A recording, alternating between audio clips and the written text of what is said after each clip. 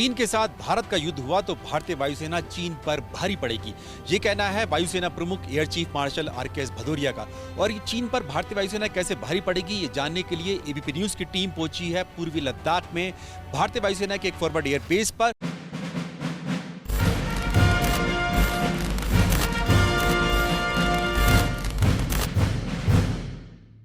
जहां पर लगातार भारतीय वायुसेना के जो ट्रांसपोर्ट एयरक्राफ्ट हैं, मिलिट्री ट्रांसपोर्ट एयरक्राफ्ट हैं, वो अपने ऑपरेशंस कर रहे हैं। इस वक्त ये रनवे पर जो एयरक्राफ्ट है ये AN-32 एयरक्राफ्ट है, यानी कि ट्रांसपोर्ट एयरक्राफ्ट है।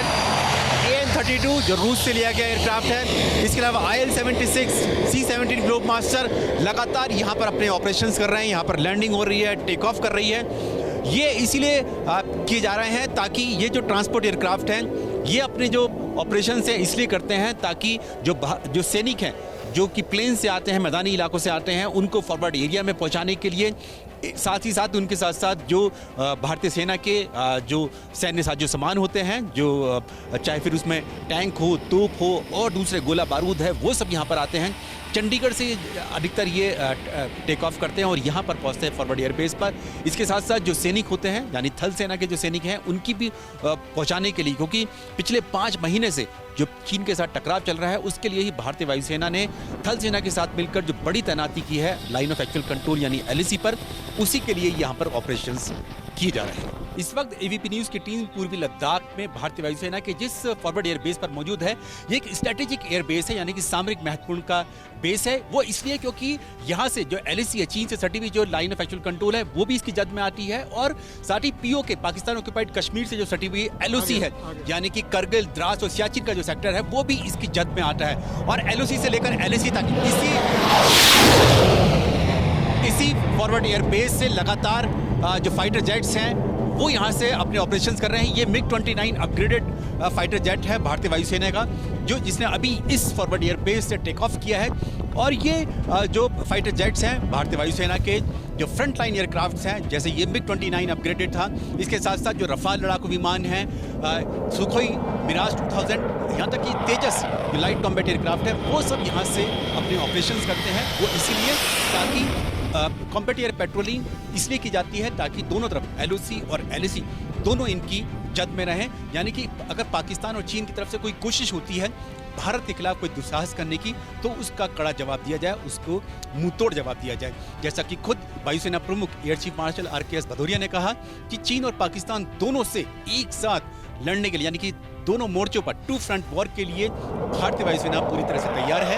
हालांकि अभी तक इस बात का प्रमाण कोई नहीं मिला है कि पाकिस्तान चीन के साथ किसी भी तरह का कोई गठजोड़ कर रहा है, लेकिन भविष्य में इसके लिए भारतीय वायुसेना पूरी तरह से तैयार है कि अगर चीन और पाकिस्तान दोनों मिलकर भारत के खिलाफ कोई हमला करते हैं या कोई दुस्साहस करते हैं तो उनका भारतीय वायुसेना इन फ्रंट लाइन एयरक्राफ्ट के साथ मुंह तोड़ जवाब दे सके। भारतीय वायुसेना ने LAC पर स्थित सभी अग्रिम चौकियों पर अपनी अत्याधुनिक सुरक्षा प्रणाली तैनात कर रखी है। इससे दिन एवं रात को दुश्मन क्षेत्र में होने वाली किसी भी घुसपैठी पर नजर रखी जा रही है। LAC पर होने वाली किसी भी कार्यवाही का उपयुक्त जवाब देने के लिए भारतीय वायुसेना पूरी तरह से सक्षम है। भारतीय वायुसेना अत्यंत प्रशिक्षित, कुशल एवं अनुभवी सेना है। हमारे विमान, अत्याधुनिक उपकरण एवं उच्च मनोबल वाले वायु सैनिक किसी भी दुश्मन पर भारी पड़ सकते हैं। भारतीय वायुसेना ने थल सेना के साथ मिलकर चीन को सरप्राइज कर दिया। चीन की कोशिश थी मई के महीने में भारत को सरप्राइज करने की, ताकि जब कोरोना के समय में जितनी भी मिलिट्री एक्सरसाइज थी वो सब बंद कर दी गई थी भारत की तरफ से। उस वक्त में चीन ने जो लाइन ऑफ एक्चुअल कंट्रोल है LAC है पूर्वी लद्दाख से सटी हुई, वहाँ पर घुसपैठ करने की कोशिश की। और ये सिर्फ इसीलिए किया गया था ताकि जो भारतीय सेना है उन्होंने अपनी मूवमेंट्स बंद कर दी थी कोरोना के समय में, लेकिन बहुत जल्द थल सेना ने भारतीय वायुसेना के साथ मिलकर अपनी तैनाती को मजबूत किया। इतनी बड़ी तादाद में कम से कम 50,000 सैनिकों को वहां पर तैनात किया गया। 826 किलोमीटर लंबी LAC जो कि काराकोरम पास से DBO से लेकर जुमार और डेमचौक तक थी वहां पर, और ये सब किया गया भारतीय वायुसेना की मदद से। भारतीय वायुसेना के जो मिलिट्री ट्रांसपोर्ट एयरक्राफ्ट हैं, चाहे फिर वो AN-32, IL-76 और C-17 ग्लोबमास्टर चिनूक हेलीकॉप्टर, जिनके ऑपरेशंस लगातार एबीपी न्यूज की टीम यहां देख रही है जब यहां पर पहुंची पूर्वी लद्दाख में भारतीय वायुसेना के फॉरवर्ड एयरबेस। पिछले 5 महीने से भारतीय वायुसेना ने पूर्वी लद्दाख में एयर ब्रिज बनाया है। एयर ब्रिज बनाया है दिल्ली और चंडीगढ़ से पूर्वी लद्दाख में जो फॉरवर्ड एयर बेस है उनके बीच में, और उसमें महत्वपूर्ण भूमिका निभाई है C-17 ग्लोब मास्टर ने। अमेरिका से जो भारतीय वायुसेना ने ग्लोब मास्टर जो मिलिट्री ट्रांसपोर्ट एयरक्राफ्ट लिए हैं उनकी मदद से, उनके साथ C-130J सुपर हरक्यूलिस जो कि अमेरिकी ट्रांसपोर्ट एयरक्राफ्ट हैं, उनके साथ IL-76, ये सब मिलकर यहाँ पर एयर ब्रिज बना रहे हैं। इस वक्त जो है दुनिया का सबसे बड़े जो ट्रांसपोर्ट एयरक्राफ्ट है, military transport aircraft C-17 globe master, वो यहाँ पर फॉरवर्ड एयर बेस पर लगातार यहाँ पर अपने ऑपरेशंस करता है, लैंडिंग कर रहा है इस वक्त ये। और इसमें भारतीय वायुसेना के सैनिक हैं और साथ ही उनमें सैन्य साजो सामान उनका आता है, खाने पीने का सामान भी आता है।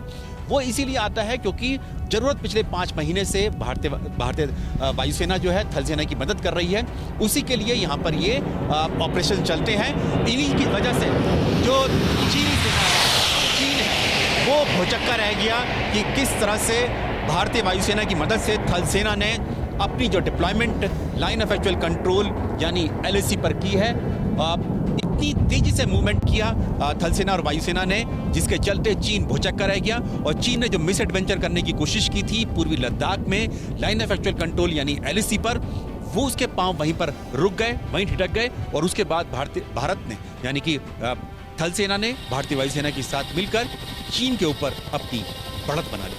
चीन से सटी हुई लाइन ऑफ एक्चुअल कंट्रोल यानी LAC पर जो भारतीय वायुसेना की पूर्वी लद्दाख में फॉरवर्ड एयर बेस हैं या एडवांस लैंडिंग ग्राउंड है, उनमें सबसे महत्वपूर्ण जो है वो दौलत बेग ओल्डी यानी DBO है, यानी डेप्सांग प्लेन्स के।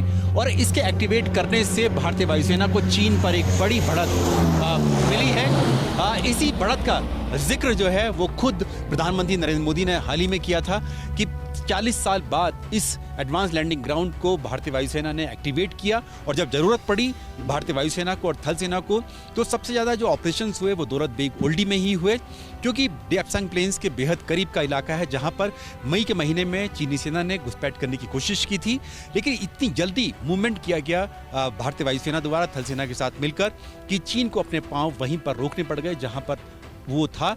और साथ ही खुद ही जो वायुसेना प्रमुख हैं air chief marshal RKS Bhadauria, उन्होंने भी साफ तौर से कहा कि दौलत बेग ओल्डी जो एडवांस लैंडिंग ग्राउंड है, एयर स्ट्रिप है, वहां पर जो ऑपरेशंस हुए उससे चीन पर भारत को एक सामरिक बढ़त मिल गई। पिछले साल अमेरिका से लिए चिनूक हेलीकॉप्टर्स ने भारतीय वायुसेना को चीन के साथ जब टकराव शुरू हुआ बहुत ज़्यादा मदद की, क्योंकि जो ट्रांसपोर्ट एयरक्राफ्ट हैं वो फॉरवर्ड एयर बेस पर जो सामान है, सैनिक है, उनको तो ला सकते हैं, लेकिन जो फॉरवर्ड लोकेशंस होती हैं वहाँ पर जो ट्रांसपोर्ट एयरक्राफ्ट हैं वहाँ नहीं पहुँच पाते हैं, इतनी बड़ी लैंडिंग ग्राउंड नहीं होती है। तो वहाँ पर चिनूक हेलीकॉप्टर्स जो हैवी लिफ्ट हेलीकॉप्टर्स हैं, इन्होंने बहुत मदद की। और हमने देखा कि तोप को जो एयर डिफेंस गन्स होती हैं उन तक को भी ये अपने साथ उठा के लेके जा सकते हैं।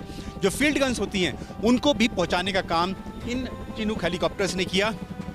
यहाँ पर जो फॉरवर्ड एयर बेस है, यहाँ से जो फॉरवर्ड लोकेशंस होती हैं जहाँ पर ट्रांसपोर्ट एयरक्राफ्ट नहीं उतर पाते हैं, वहाँ तक ये चिनूक हेलीकॉप्टर्स उन सामान को, सैनिकों को ले जाते थे। यहाँ तक कि जो खाने पीने का सामान है, रसद है, राशन है सैनिकों के लिए, खासतौर से जो सर्दियों के मौसम में जो सैनिकों के लिए स्टॉक करना था, वहाँ पर सामान ले जाने के लिए भी इन्हीं चिनूक हेलीकॉप्टर्स की मदद ली गई।